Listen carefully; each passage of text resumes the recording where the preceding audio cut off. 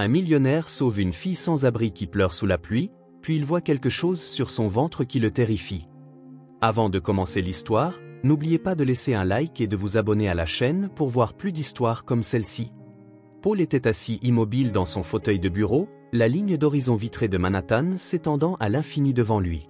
Le pouls de la ville, les klaxons des taxis, les panneaux publicitaires scintillants et le flot incessant des phares n'offraient aucun réconfort. C'était une symphonie impersonnelle, un flou d'activités auquel il ne pouvait ni se joindre ni échapper. Ses mains reposaient sur le bureau en acajou, les doigts traçant distraitement les rainures du bois comme s'il cherchait un sens dans le vide de sa texture.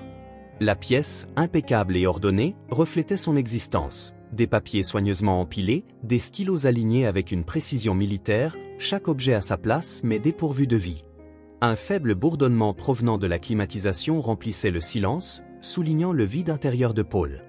Son regard retomba sur une photo encadrée dans le coin du bureau. Le sourire radieux de Charlotte y demeurait éternellement, à côté de son bébé. Pamela était assise avec de grands yeux curieux, serrant un lapin en peluche que Paul avait acheté impulsivement. Le souvenir le frappa brusquement et intensément, semblable à un éclat de verre incrusté dans une plaie non cicatrisée. Il prit le cadre et le regarda fixement, comme si la photo pouvait offrir des réponses aux questions qu'il avait depuis longtemps cessé de poser. 8 ans, il était impossible de penser à cela autrement. Le temps n'avait pas adouci les contours de son chagrin, il avait simplement émoussé sa capacité à ressentir autre chose. L'accident se déroulait en fragments, vifs mais disjoints, le crissement des pneus, le souffle paniqué de Charlotte, le basculement nauséabond du véhicule, puis le silence.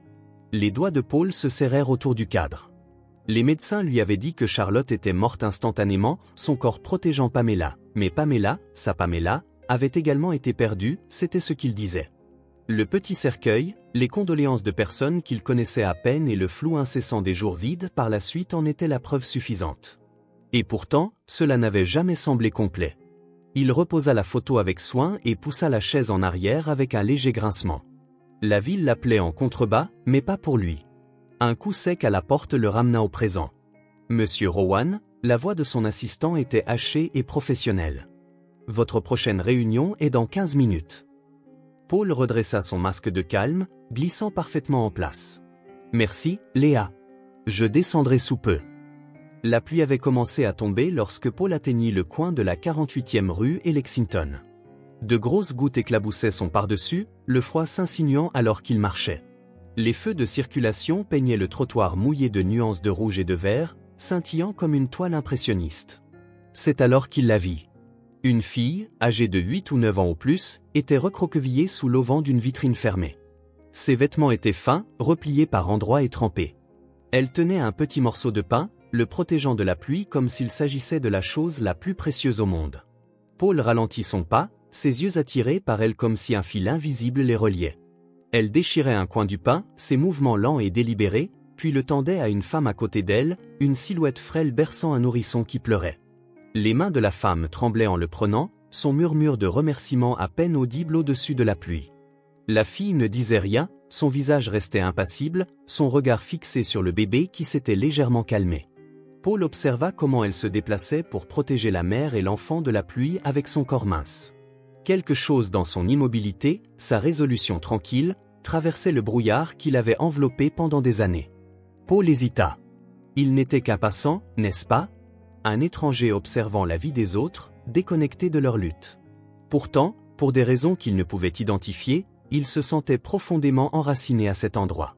Les mains de la fille tremblaient alors qu'elle portait le reste du pain à sa propre bouche, mais elle ne le mangea pas. À la place, elle le glissa dans le manteau de la femme comme pour s'assurer qu'il ne serait pas gaspillé. La pluie dégouttait de ses cheveux, collant à son visage, mais elle ne semblait pas le remarquer. Paul avança, ses chaussures éclaboussant dans une flaque. Le bruit était fort et intrusif, et la tête de la fille se releva brusquement. Ses yeux rencontrèrent les siens, sombres, gardés et beaucoup trop avisés pour son âge. Paul hésita, incertain de quoi dire, incertain de la raison pour laquelle il s'était arrêté en premier lieu. La femme repoussa rapidement le bébé contre sa poitrine. « Allez » murmura-t-elle en tirant le bras de la fille.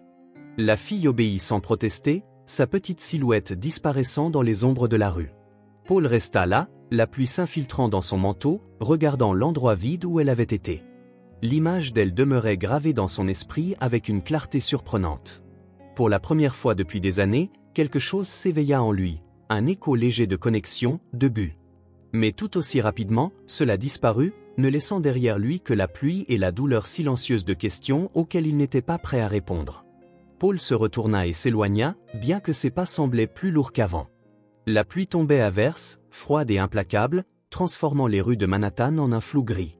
Paul marchait rapidement, son parapluie incliné contre le vent, le rythme de ses chaussures sur le trottoir mouillé résonnant dans son esprit, remplissant le silence qu'il portait souvent avec lui. Autour de lui, les gens se déplaçaient avec détermination, la tête baissée, poursuivant des destinations qui semblaient lointaines. Il la repéra juste au moment où il atteignait le coin.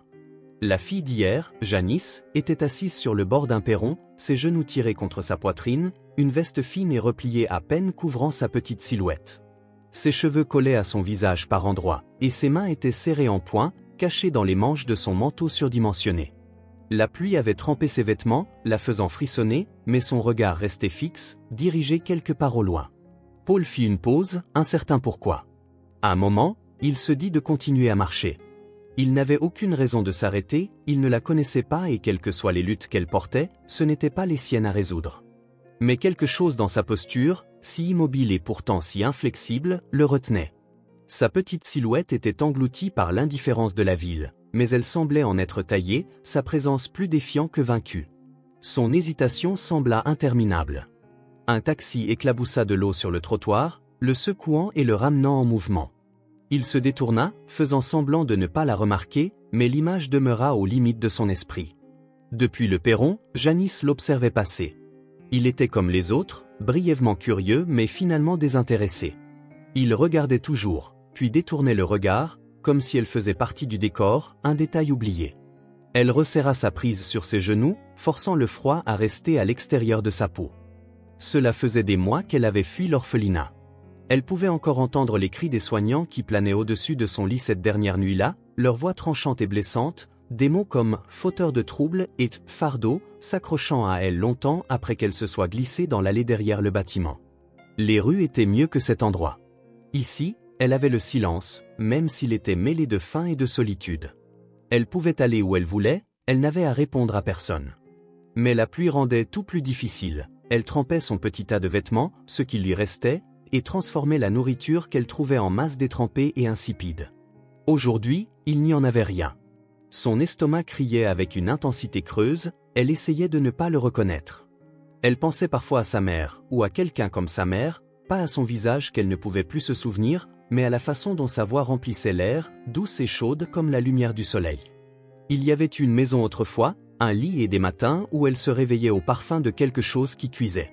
Ses souvenirs ressemblaient à des rêves maintenant, lointains et inaccessibles.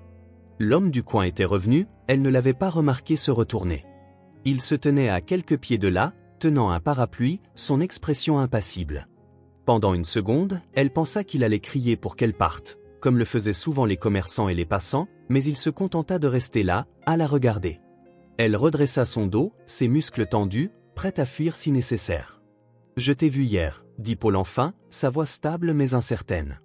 Janice ne répondit pas, ses yeux noirs fixant son visage sans cligner, l'évaluant d'une manière qu'il réalisa que la plupart des adultes n'auraient pas remarqué. Il ajusta sa prise sur le parapluie, se sentant déraisonnablement mal à l'aise. « Tu ne devrais pas être dehors par ce temps », ajouta-t-il comme si elle ne le savait pas déjà. Toujours rien. Il jeta un coup d'œil à ses pieds nus et sales, puis retourna à son visage. Son regard ne vacilla pas. « As-tu faim » demanda-t-il, sa voix plus douce maintenant. La question sembla briser son immobilité, ses épaules se déplaçant et elle cligna des yeux une fois rapidement, puis leva le menton et lui jeta un regard plus suspicieux que curieux. Il plongea la main dans sa poche, sortant un portefeuille humide. « Il y a un dîner de l'autre côté de la rue, il fait chaud et je peux te donner quelque chose à manger. » Son estomac la trahit avec une douleur aiguë, mais elle resta silencieuse. Les offres comme celle-ci venaient avec des conditions. Parfois, elles étaient inoffensives, une conversation, un sourire, mais d'autres fois, elles ne l'étaient pas. Elle jeta un coup d'œil au dîner, son panneau lumineux, un phare contre la nuit humide, puis retourna vers l'homme. Son visage ne semblait pas cruel, il attendait, lui donnant le temps de décider.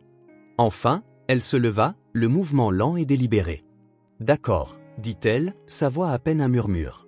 Ses jambes étaient instables sous elle, mais elle les ignora.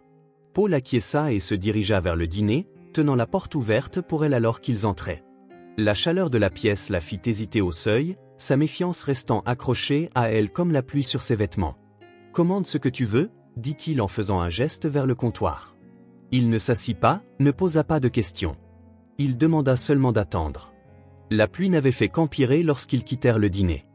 Janice suivait Paul, ses épaules fines recroquevillées contre le froid, serrant un petit sac en papier contenant les restes du repas qu'il avait insisté pour qu'elle prenne. La nourriture chaude avait atténué la faim criante dans son ventre, mais n'avait pas dissipé la tension dans sa poitrine.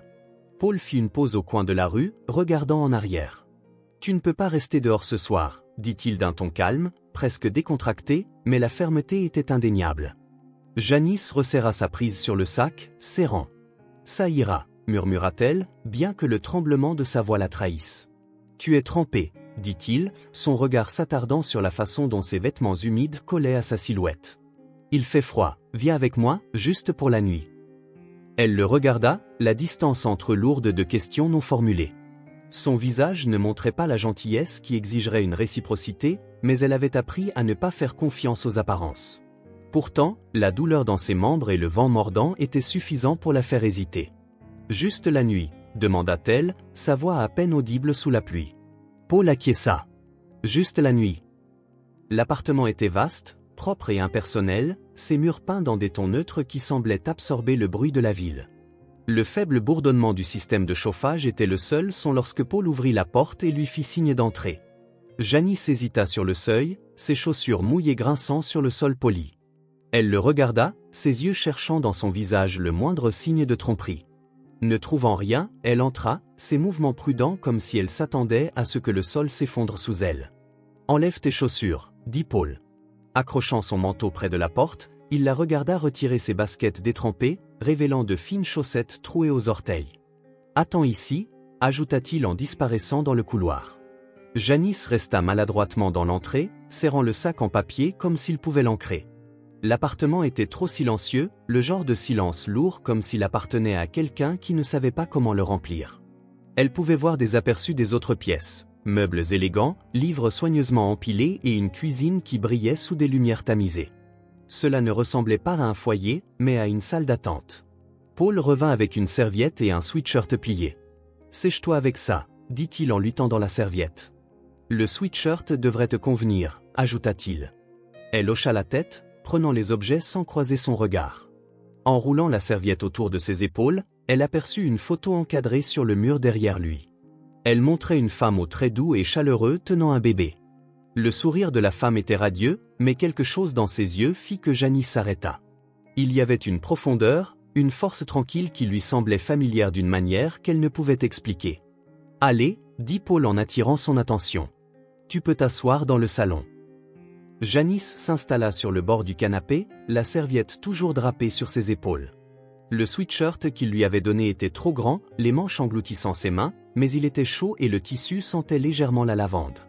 Elle plia les poignets soigneusement, ses petits doigts lissant les bords comme si elle essayait de ne laisser aucune trace d'elle-même derrière. Paul l'observait de l'autre côté de la pièce, appuyé contre le comptoir de la cuisine avec un verre d'eau à la main. Il ne la pressait pas avec des questions, mais observait ses mouvements, la façon dont elle s'asseyait rigide, ses yeux parcourant la pièce comme si elle cataloguait les sorties. Il pouvait voir la fatigue en elle, la façon dont elle se préparait même aux plus petites gentillesses. « Tu es en sécurité ici », dit-il enfin, rompant le silence. « Personne ne va te déranger. » Elle leva les yeux vers lui, son expression impassible. « Tu ne sais pas ça », répondit-elle. Ses mots n'étaient pas défiants, juste factuels, comme si elle avait appris depuis longtemps à ne pas croire aux garanties. Paul acquiesça lentement, reconnaissant la vérité dans ses paroles. « Je ferai de mon mieux », dit-il simplement. La porte claqua soudainement, les surprenant tous les deux. Une femme d'une quarantaine d'années entra, ses talons claquant nettement sur le sol. Rachel, ses yeux tombant immédiatement sur Janice, les plissèrent avec désapprobation. « Qu'est-ce que c'est que ça ?» demanda-t-elle en se tournant vers Paul. « Tu as amené une étrangère chez toi, c'est une gamine. » Paul répondit d'un ton égal mais ferme, « Elle a besoin d'aide. » Rachel croisa les bras, son regard balayant Janice comme si elle inspectait quelque chose de cassé. Et comment sais-tu qu'elle ne fait pas semblant? Ces gamines de la rue sont malignes, elles savent comment manipuler des gens comme toi, répondit Rachel. La voix de Paul tranchait ses mots, nette et inflexible. Pas ce soir, souffla Rachel, mais ne dis rien de plus.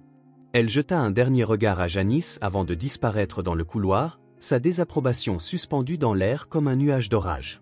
Janice poussa un soupir qu'elle n'avait pas réalisé qu'elle retenait. Paul croisa son regard, son expression apologétique mais calme.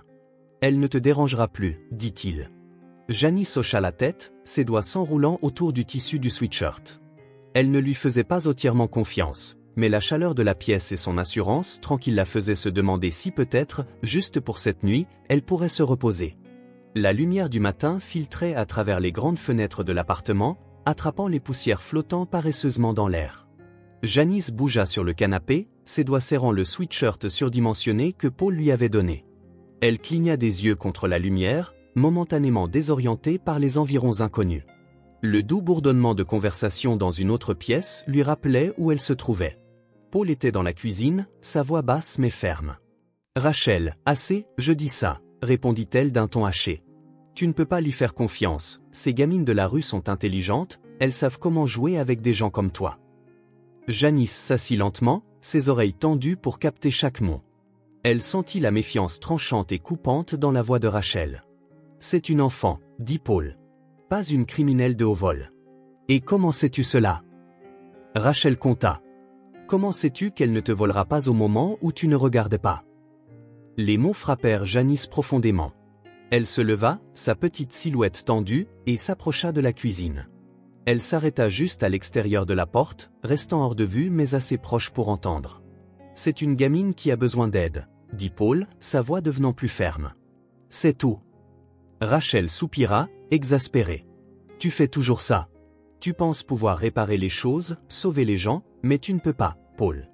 Tu te prépares juste à être déçu. » Janice retourna dans le salon, sa poitrine se serrant. Elle n'était pas en colère, pas exactement. Elle était habituée à entendre des choses comme ça, des mots lancés contre elle comme des pierres. Mais cette fois, ils sont venus avec une piqûre qu'elle n'avait pas anticipée. Elle s'est affaissée sur le canapé, plaçant ses genoux contre sa poitrine. Quelques minutes plus tard, Paul est entré, son expression impénétrable. Il a hésité au bord de la pièce, puis s'est assis dans le fauteuil en face d'elle. « Désolé pour ça, » dit-il, sa voix plus calme maintenant. « Ma sœur peut être un peu intense. » Janice n'a pas répondu, son regard était fixé sur la table basse où un petit tas de magazines était soigneusement disposé. Elle traçait le bord d'un magazine avec son doigt, ses pensées tourbillonnant. Paul s'est penché en avant, reposant ses coudes sur ses genoux. « Elle a tort, tu sais, » dit-il. « Tu n'as rien à prouver ni à elle ni à moi. » Les doigts de Janice se sont figés sur le magazine.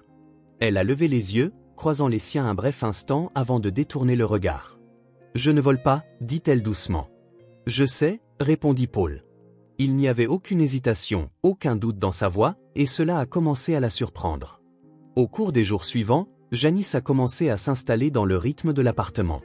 Elle restait principalement dans le salon, ses mouvements calmes et prudents comme si elle avait peur de déranger l'espace. Paul a remarqué comment elle pliait la couverture qu'elle utilisait chaque matin, lissant les plis avec une précision méticuleuse. Elle laissait toujours le canapé exactement comme elle l'avait trouvé, repositionnant même les coussins décoratifs. Paul travaillait sur son ordinateur portable à la table à manger un soir lorsque Janice l'a interrompu de manière inattendue. « Je dormais autrefois dans cette ruelle », chuchota-t-elle, sa voix à peine audible. Près de la 47e et 9e, c'était derrière une boulangerie et parfois le boulanger laissait du pain rassis. Pas grand-chose, mais c'était mieux que rien. Paul s'est arrêté, ses doigts flottant au-dessus du clavier. Il ne l'a pas regardée, sentant que le contact visuel pourrait la faire reculer. « Ça a dû être dur », dit-il prudemment. Janice a haussé les épaules. « Ce n'était pas l'endroit le plus terrible », hésita-t-elle, puis ajouta, « il y avait des endroits pires. » Paul a fermé son ordinateur portable, lui donnant toute son attention. « Je suis désolé que tu aies dû traverser cela. » Elle n'a pas répondu, mais la tension dans ses épaules semblait se détendre un peu. Une semaine plus tard, l'hostilité bouillonnante de Rachel a finalement atteint son apogée. C'était en début de soirée et Paul était sorti pour prendre un appel dans le couloir. Janice était dans la cuisine, explorant prudemment le contenu du frigo, lorsque Rachel est entrée en furie. « Que fais-tu ?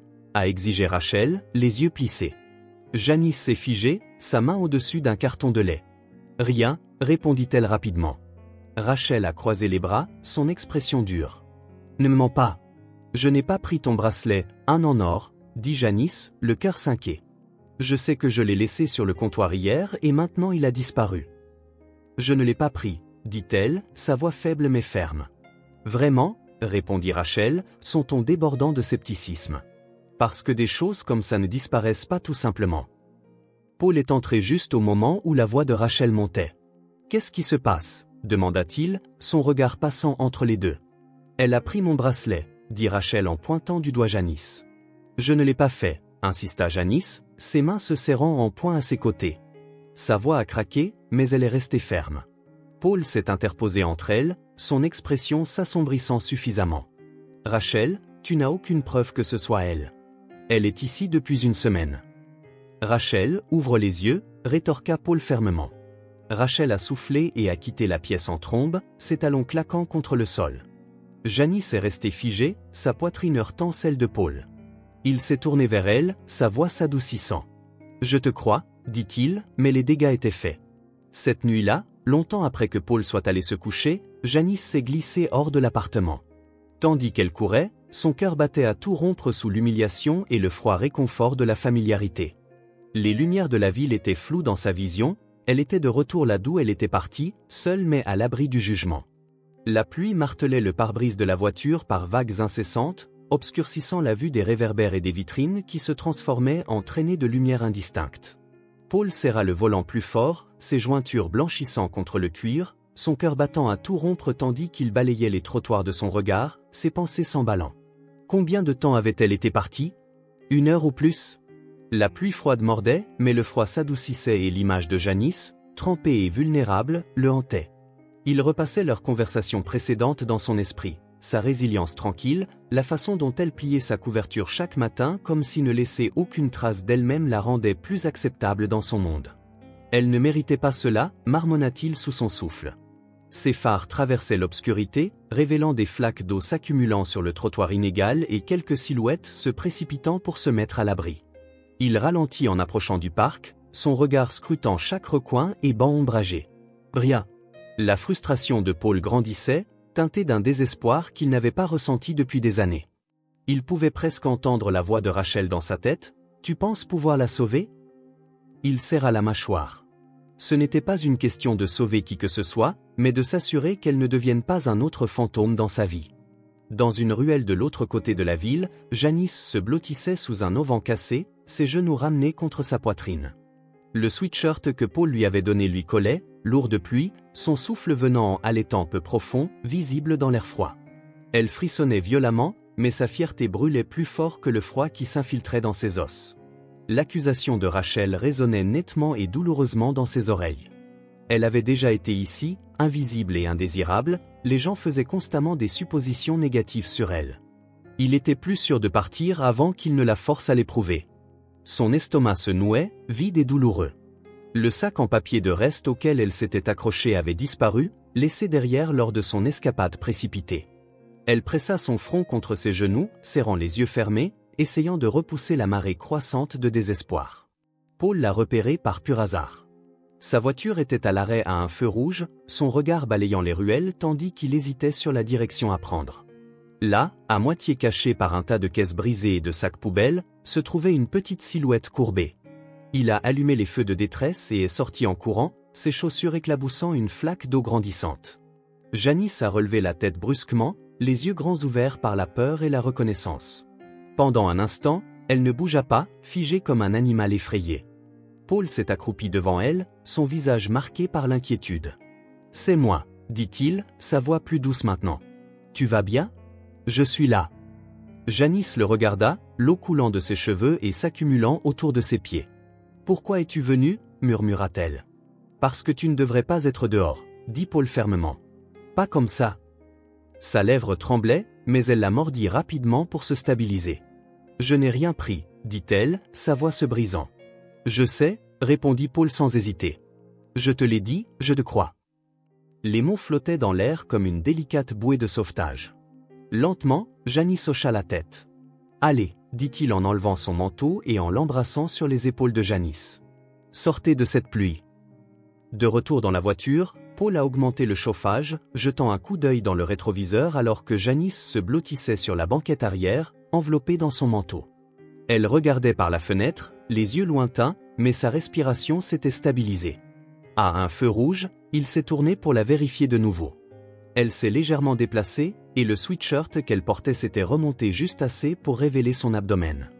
Les yeux de Paul ont aperçu le contour fin d'un grain de beauté, même dans la lumière tamisée, une marque en forme de poisson distincte qu'il aurait reconnue n'importe où.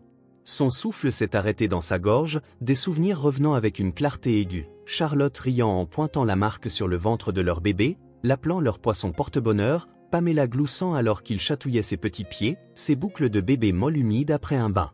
Il a serré le volant, son esprit tournant. Cela ne pouvait pas être? Il a secoué la tête, se concentrant sur la route, mais l'image de la marque de naissance brûlait dans son esprit. Lorsqu'ils sont arrivés à l'appartement, Paul a porté Janice à l'intérieur, son poids léger contre lui. Elle n'a pas protesté, trop épuisée pour argumenter. Il l'a déposée doucement sur le canapé, enroulant une couverture autour d'elle tandis qu'elle sombrait dans un sommeil agité. Paul est resté dans le fauteuil en face d'elle, les mains serrées dans ses genoux, son regard tombant sur sa petite silhouette. Le sweatshirt engloutissait sa silhouette, le ressemblant indéniablement maintenant. Ses traits, la marque, même la façon dont elle se recroquevillait quand elle se sentait vulnérable. Pour la première fois depuis des années, l'espoir a jailli dans sa poitrine. Cela pouvait-il vraiment être elle? Janice pouvait-elle être la fille qu'il avait tant pleuré? Il s'est appuyé en arrière, la pluie continuant de marteler les fenêtres, regardant silencieusement la pièce tranquille. Les questions tourbillonnaient, mais une seule pensée dominait. Si elle était Pamela, alors il ne la perdrait plus. L'appartement était silencieux, à l'exception du tic-tac doux de l'horloge au mur. Paul était assis à la table à manger, une tasse de café intacte devant lui. Ses yeux se sont portés sur le canapé où Janice dormait, sa petite silhouette à peine visible sur les coussins. La couverture s'était légèrement déplacée dans son sommeil, dévoilant un coin du sweatshirt, en dessous, le contour fin de la marque de naissance en forme de poisson. Ce ne pouvait pas être une coïncidence. Le regard de Paul s'est attardé sur son visage. Il y avait quelque chose de troublantement familier dans ses traits, la courbe délicate de sa mâchoire, la petite fossette qui apparaissait lorsqu'elle fronçait les sourcils, même dans son sommeil. Ce n'était pas seulement une ressemblance, c'était un instinct, une attraction dans sa poitrine qui défiait la logique. Il a secoué la tête, passant une main dans ses cheveux. Il avait passé 8 ans à enterrer son chagrin pour Pamela, il ne pouvait pas se permettre d'espérer, pas encore.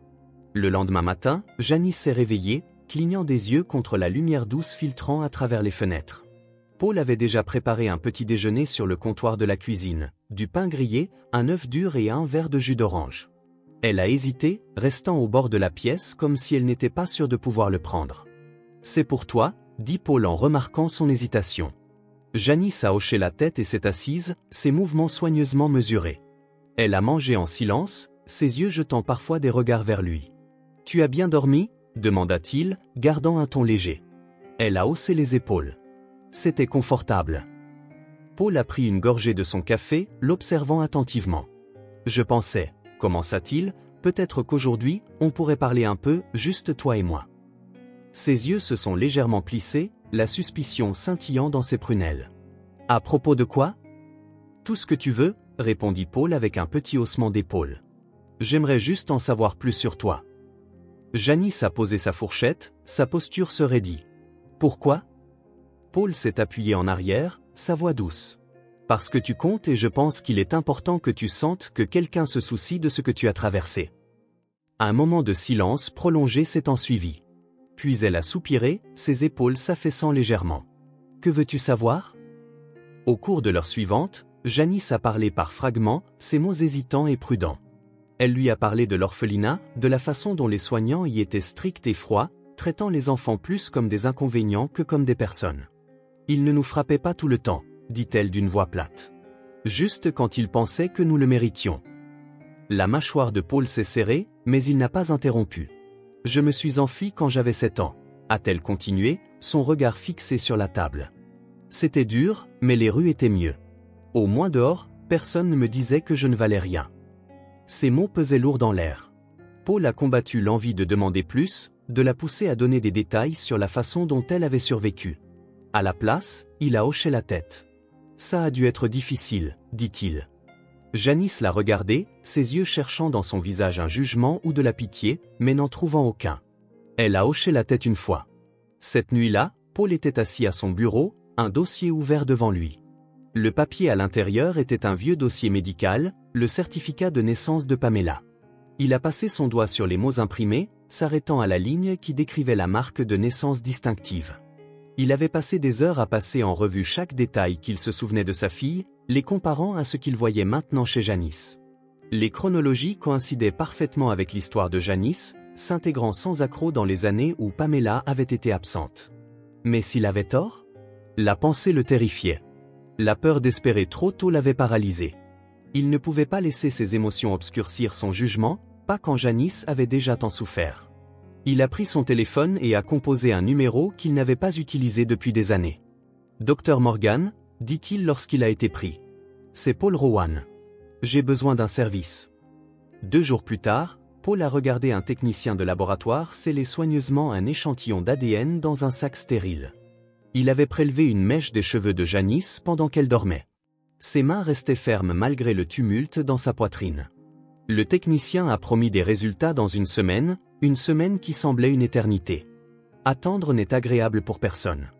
Alors, en attendant la prochaine partie de l'histoire, pourquoi ne pas laisser des commentaires intrigants ci-dessous, comme le nom de votre plat préféré ou le nom de votre animal de compagnie? Nous aimerions en entendre parler. Paul est rentré chez lui pour trouver Janice assise sur le sol près de la table basse, dessinant avec un crayon qu'elle avait trouvé dans la cuisine. Elle n'a pas levé les yeux en entrant, concentrée entièrement sur le croquis devant elle. « Sur quoi tu travailles ?» demanda-t-il en s'accroupissant à côté d'elle. Janice a hésité, puis a incliné le papier vers lui. C'était un dessin simple d'une maison avec une petite silhouette debout dehors, tenant la main d'une silhouette plus grande. Paul a étudié l'image, sa gorge se serrant. « C'est toi ?» demanda-t-il doucement. Elle a hoché la tête. « J'avais une maison », dit-elle doucement. « Avant tout, je ne m'en souviens pas vraiment, mais parfois je rêve de ça. » Paul a avalé difficilement, sa main flottant au-dessus de son épaule avant de se poser légèrement. « Les rêves sont importants, dit-il. Parfois, ils nous aident à retrouver des choses que nous avons perdues. » Janice l'a regardé, son expression plus douce, plus ouverte que ce qu'il avait vu auparavant. « Tu penses ?» Paul a hoché la tête. « Oui, je le pense. » À l'intérieur, il s'accrochait à son propre rêve, l'espoir vacillant que peut-être, juste peut-être, la fille qu'il pensait avoir perdue pour toujours était assise juste en face de lui. L'enveloppe était posée sur le bureau de Paul, sobre et sans prétention, mais son contenu portait le poids des années. Il ne l'avait pas encore ouverte. Ses mains reposaient sur le bord du bureau tandis qu'il regardait l'étiquette imprimée, résultat confidentiel d'ADN. Sa respiration était stable, délibérée, comme s'il pouvait se forcer à rester calme pour se préparer à n'importe quel résultat. Lentement, il a tendu la main vers l'enveloppe et l'a ouverte, ses doigts étant prudents, presque révérencieux. La feuille de papier pliée à l'intérieur semblait lourde, plus lourde qu'elle ne devrait l'être. Il l'a dépliée et a parcouru les lignes, ses yeux s'arrêtant sur les mots qui allaient soit confirmer, soit briser l'espoir fragile qu'il avait tenu pendant la semaine passée. Probabilité de relation biologique de 99,9%. Pendant un instant, le monde est devenu silencieux. La poitrine de Paul s'est serrée et il a pressé le papier contre le bureau, sa tête s'abaissant alors que les émotions l'envahissaient. Le soulagement l'a d'abord submergé, suivi par une vague écrasante de joie et de chagrin entrelacés. Pamela, elle était vivante. Son esprit se remplissait d'images de la petite fille qu'il avait perdue et de l'enfant calme et protégé qui dormait maintenant chez lui. Il pensait à toutes les années qu'elle avait endurées seule, sa résilience taillée par nécessité, son rire volé par des circonstances qu'elle n'aurait jamais dû affronter, et pourtant, elle était là. Paul est resté avec les résultats pendant longtemps, ses pensées tournant en cercle sans fin. Dire la vérité à Janice maintenant semblait trop soudain, trop accablant. Elle portait déjà tant de choses. Se croire elle-même? Et si la révélation détruisait le fragile sentiment de stabilité qu'elle commençait à ressentir? Il a plié soigneusement le papier et l'a remis dans l'enveloppe. Sa priorité était claire, il devait comprendre ce qui était arrivé à Pamela toutes ces années auparavant. Ce soir-là, Paul s'est assis avec son ordinateur portable, ouvrant les dossiers hospitaliers qu'il avait pu consulter avec l'aide de son avocat. Les documents étaient incomplets, mais ils racontaient une partie de l'histoire. Charlotte, sa femme, était décédée à l'arrivée à cause de l'accident. Pamela, alors encore un bébé, avait été inscrite comme gravement blessée mais vivante à son admission. Une note dans la section de sortie indiquait « Décédée, cause, complications traumatiques ». Les mots ressemblaient à un poignard, tordant la plaie fraîche de sa culpabilité, mais quelque chose dans ces mots ne semblait pas correct. Paul s'est penché en avant, lisant les notes des infirmières et les formulaires de sortie. L'écriture était hâtive, les détails rares, et la signature du médecin traitant ne correspondait pas à celle des papiers d'admission originaux de Pamela. L'enquête de son avocat avait également révélé des incohérences. Les dossiers indiquaient qu'une infirmière, Jessica, avait travaillé la nuit de l'accident. Mais son emploi s'est brusquement terminé une semaine plus tard. Il n'y a eu aucun rapport de suivi, aucune autopsie, aucun registre d'enterrement pour Pamela, rien pour confirmer qu'elle était réellement morte. L'estomac de Paul s'est noué. Quelqu'un avait orchestré cela. Le lendemain matin, Paul était assis en face de Janice à la table du petit déjeuner, son expression calme malgré la tempête de pensées qui tourbillonnait en lui. Elle mangeait lentement, ses petites mains stables alors qu'elle coupait un morceau de pain grillé. « Te souviens-tu de beaucoup de choses de ton enfance ?» demanda-t-il d'un ton décontracté. Janice leva les yeux, sa fourchette s'arrêtant en plein air. « Pas vraiment, répondit-elle en haussant les épaules. J'étais à l'orphelinat aussi longtemps que je me souvienne. Sais-tu comment tu y es arrivé ? Demanda-t-il. Elle secoua la tête. Les gens là-bas ne m'ont jamais dit. Je pense qu'ils s'en fichaient, dit-elle d'une voix plate, mais Paul pouvait sentir la douleur derrière ses mots. Il se pencha légèrement en avant. Si jamais tu veux en parler, je suis là pour t'écouter. Janice lui fit un petit signe de tête, mais ne dit rien de plus. Plus tard dans la journée, Paul contacta à nouveau son avocat. Je dois retrouver cette infirmière, Jessica, dit-il fermement. Elle est la pièce manquante. Nous y travaillons déjà, répondit l'avocat. Je devrais avoir quelque chose pour toi d'ici demain. Paul raccrocha et regarda par la fenêtre, la ville s'étendant en dessous de lui. La pensée que quelqu'un ait délibérément enlevé Pamela raviva sa fureur. Il avait passé 8 ans à pleurer sa perte, pour découvrir que tout cela n'était qu'un mensonge. Ce soir-là, Paul regarda Janice dessiner dans son carnet.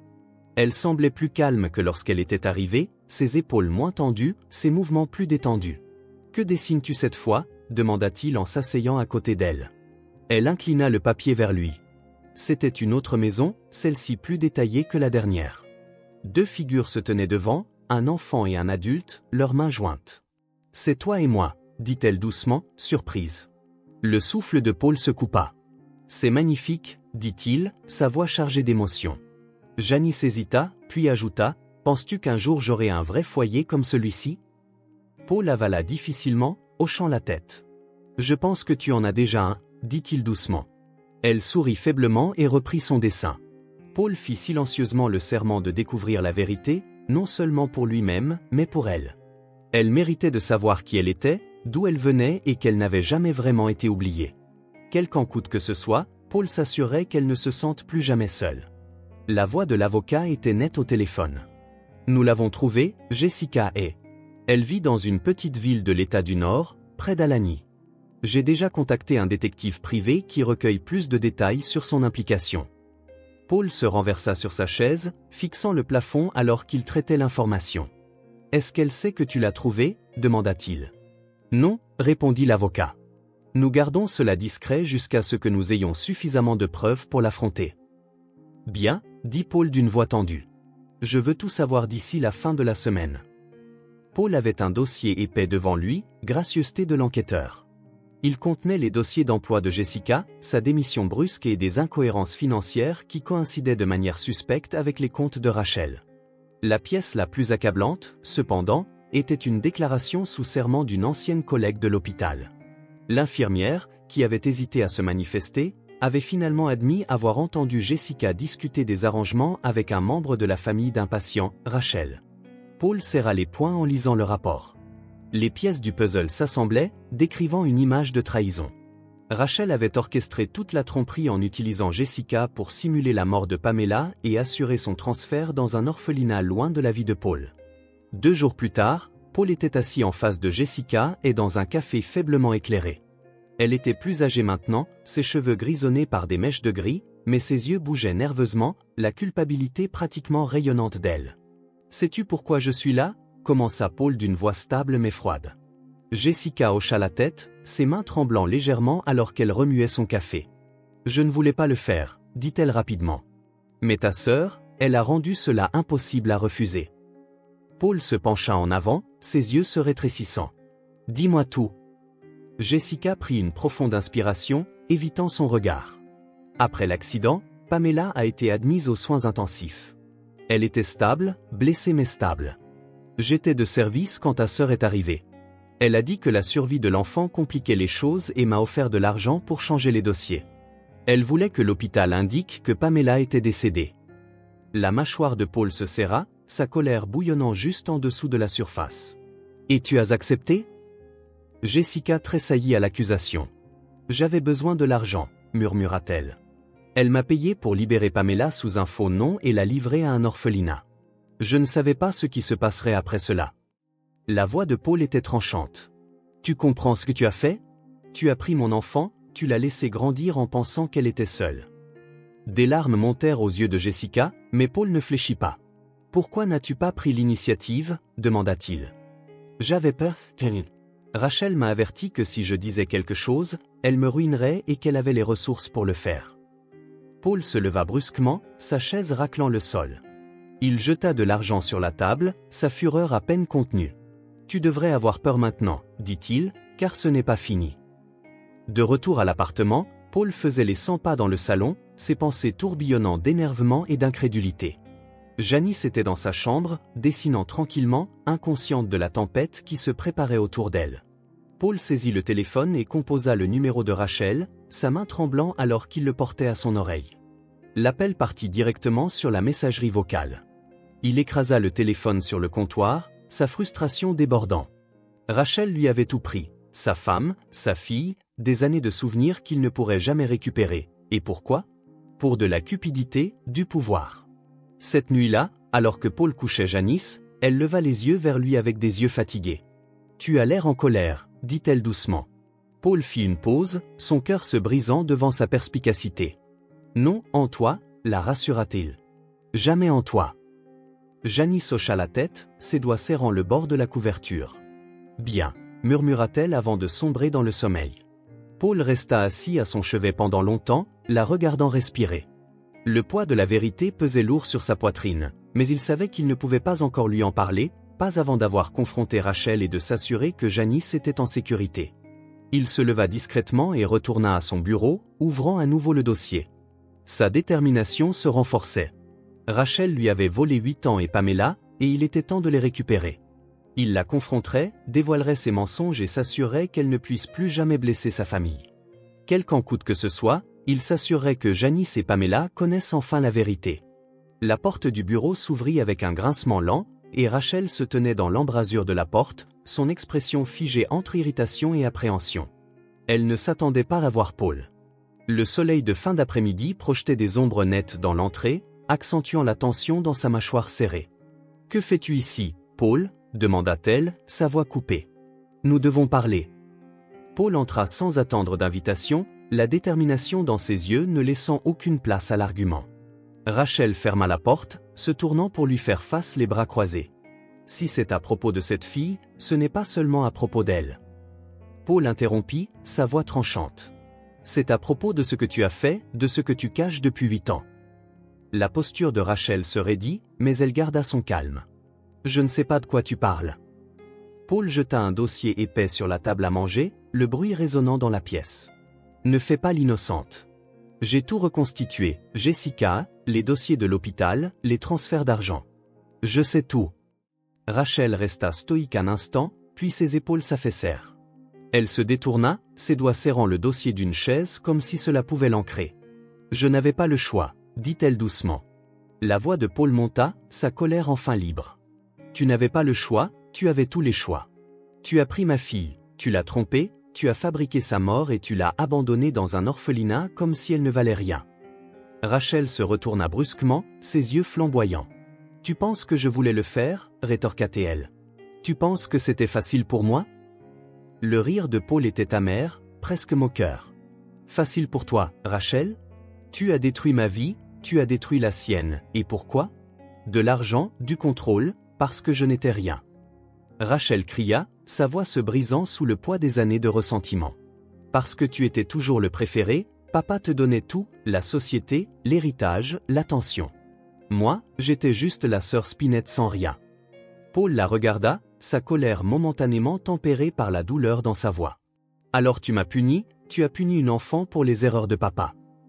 Les lèvres de Rachel tremblaient, mais elle continua, son ton défensif. Je ne voulais pas lui faire de mal. Je pensais qu'elle serait adoptée par une famille aimante. Je pensais que ce serait mieux pour elle et pour moi. La mâchoire de Paul se serra. Tu t'es trompé. Elle n'a pas été adoptée, elle a été abandonnée, négligée et forcée de survivre dans la rue. Elle a traversé l'enfer à cause de toi. Rachel détourna le regard, la culpabilité scintillant sur son visage. Je ne savais pas, je n'ai jamais vérifié. Tu n'as jamais vérifié parce que tu ne te souciais pas, dit froidement Paul. Tu ne t'es soucié que de me garder dans l'ignorance et de sécuriser ta place dans la famille. Le silence de Rachel était assourdissant. Paul s'approcha, sa voix basse mais tranchante. Cette fille que tu méprisais, celle que tu accusais de voler, c'est Pamela, ma fille, ta nièce. Les yeux de Rachel s'écarquillèrent et elle recula comme si Paul l'avait frappée. Non, non, ce n'est pas possible. Si, répondit fermement Paul. J'ai fait un test ADN, elle est Pamela. Rachel s'effondra sur une chaise, ses mains tremblantes. Je ne savais pas. Je le jure, je ne savais pas. Paul se pencha sur la table, sa fureur intacte. Ça ne t'excuse rien.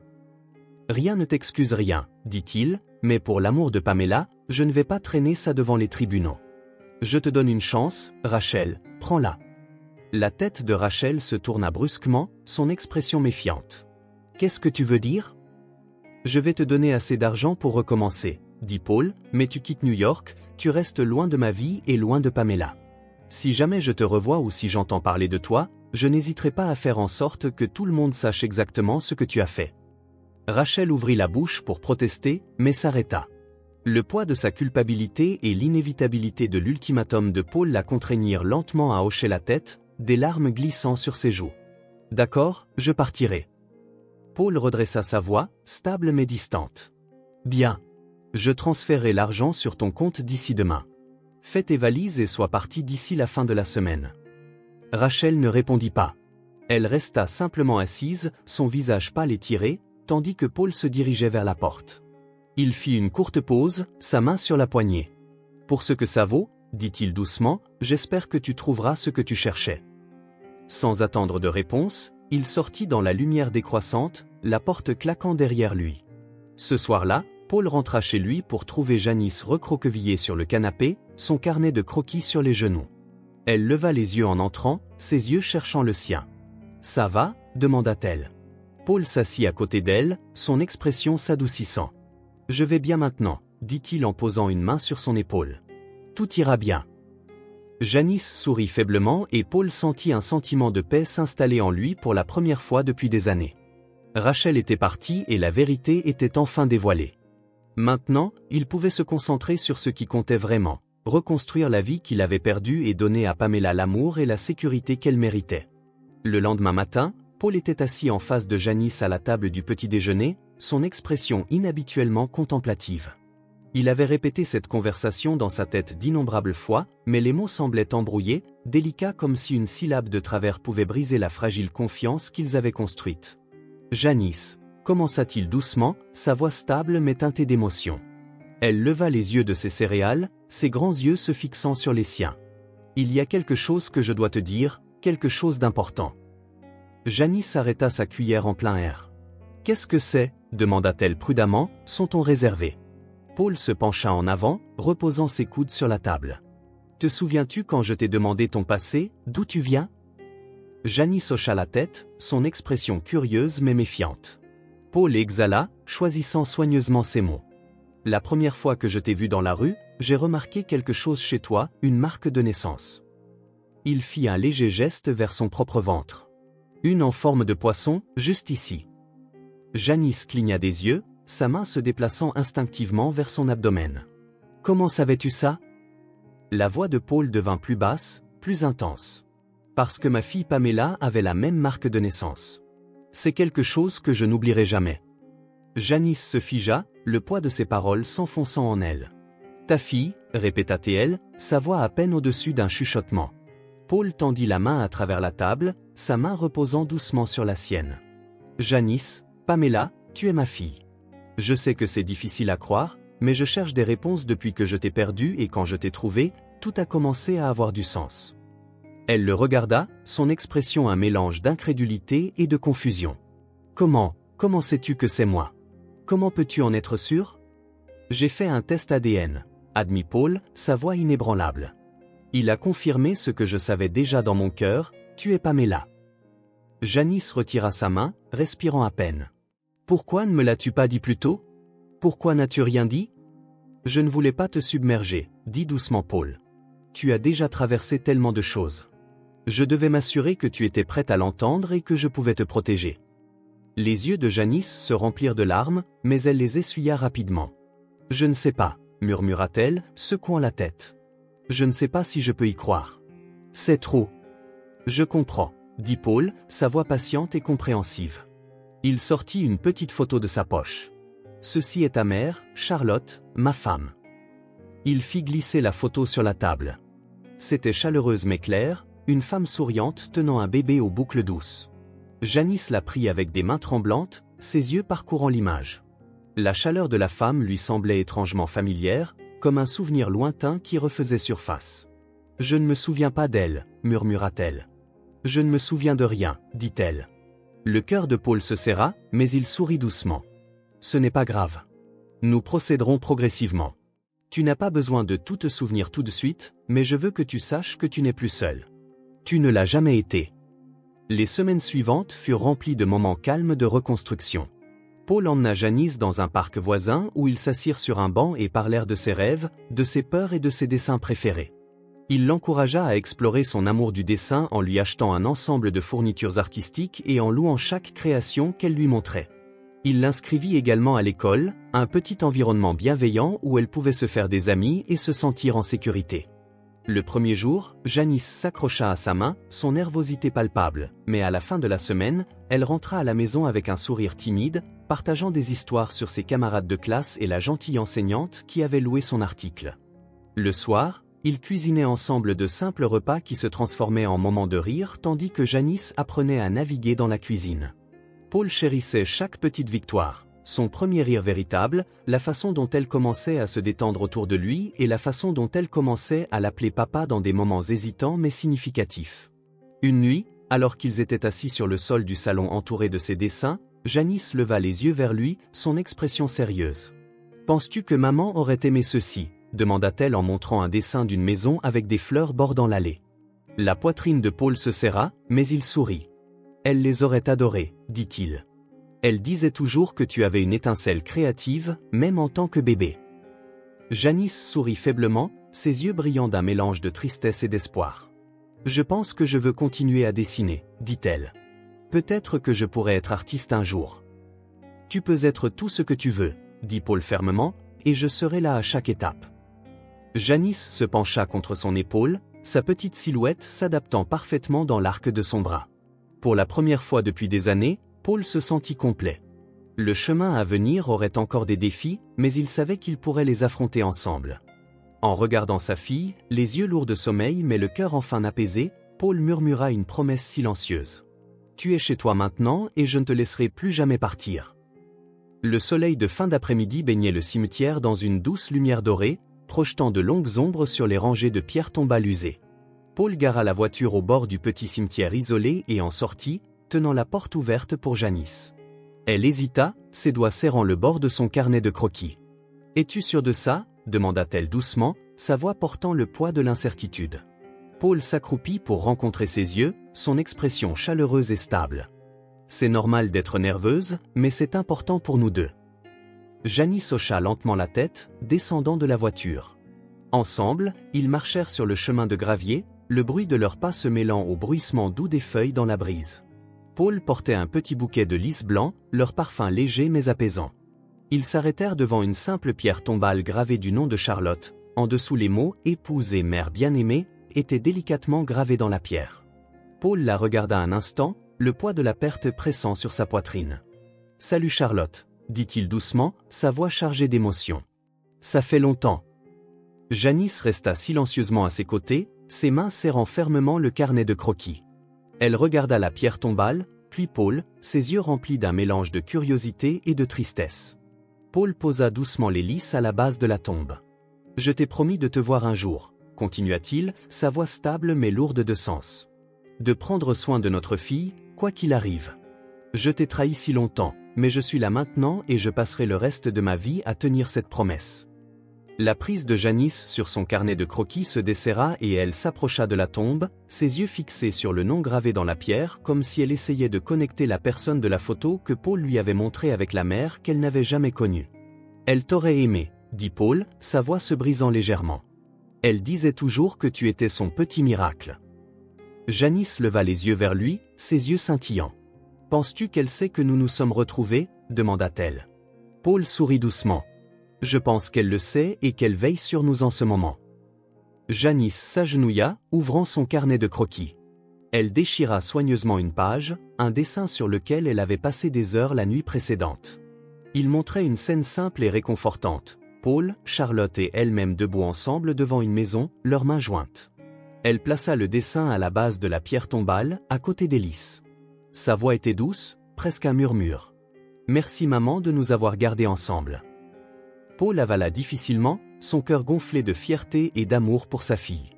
Il posa une main sur son épaule, lui donnant une légère pression. Le soleil plongea plus bas sur l'horizon, projetant une lueur chaleureuse sur le cimetière. Paul et Janice restèrent ensemble en silence, le moment calme étant un hommage à la famille qu'ils avaient été et à la famille qu'ils devenaient. Après un moment, Paul se tourna vers Janice, prêt à partir.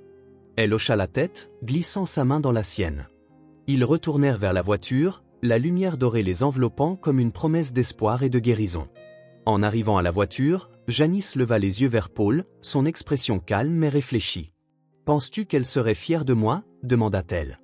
Paul s'arrêta de s'agenouiller pour être à la hauteur de ses yeux. « Janice, Pamela, » dit-il doucement, « elle serait plus que fière.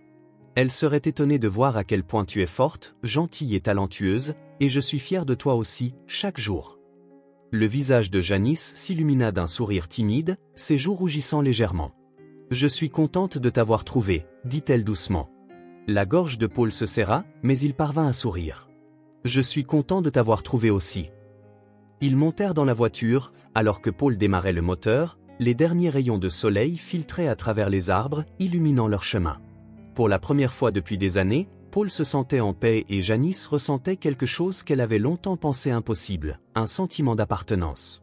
Ensemble, ils conduisirent, laissant le cimetière derrière eux mais portant le souvenir de Charlotte avec eux, une lumière guide, alors qu'ils embrassaient leur avenir en tant que famille. Le voyage à venir ne serait pas sans défi, mais pour la première fois, Paul et Janice étaient prêts à l'affronter ensemble, avec l'amour comme fondation et l'espoir comme boussole. Si ce film touche votre cœur, laissez votre marque avec un like et n'oubliez pas de vous abonner à notre chaîne pour explorer plus d'histoires significatives avec nous. Partagez vos sentiments avec nous et racontez-nous vos propres histoires. Chaque mot que vous partagez est une brique qui aide à créer notre communauté forte et durable. Ensemble, nous créerons un espace chaleureux où chacun peut partager et se connecter. Enfin, ne manquez pas les incroyables histoires qui arrivent bientôt. Nous sommes toujours là pour vous apporter les meilleures sélections, pleines de valeurs profondes tout en étant divertissantes. À bientôt!